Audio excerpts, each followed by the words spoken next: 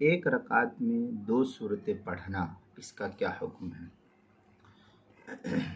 چنانچہ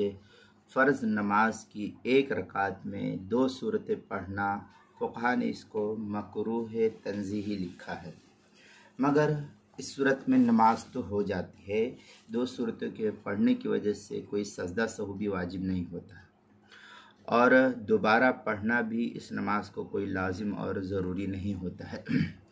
چنانچہ فتاوی ہند کے اندر وَيَكْرَهُ تَكْرَارُ السُّورَةِ فِي رَكْعَةٍ وَاحِدَةٍ فِي الْفَرَائِضِ وَلَا بَأْسَ بِذَلِكَ فِي التَّطَوُّعِ۔ یہ فتاوی ہندیہ کی عبارت ہے، جلد نمبر 1 صفحہ نمبر 107، کتاب الصلاۃ، الباب السابع فیما یفسد الصلاۃ وما یکرہ فیہا،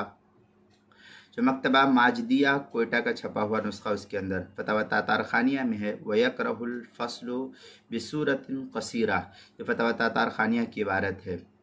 آگے فتاوی شامی کے حوالے سے فتاوی شامی فتاوی تاتار خانیہ کی عبارت نقل کرتے ہوئے لکھتے ہیں اذا جمع بین السورتین فی رکعۃ رأیت فی موضع انہ لا بأس بہ۔ اس طریقے کی عبارت فتاوی شامی جلد نمبر 1 صفحہ نمبر 546 قبل باب الامامہ، جو HM سعید کراچی پاکستان کا چھپا ہوا نسخہ، اس کے اندر نماز کے مسائل کا انسائکلوپیڈیا جلد نمبر 2 صفحہ نمبر 278، حروف تہجی دال، عنوان ہے 2 صورتیں ایک رکعت میں پڑھنا، اس کے تحت جو ہے نقل کیا ہے، اور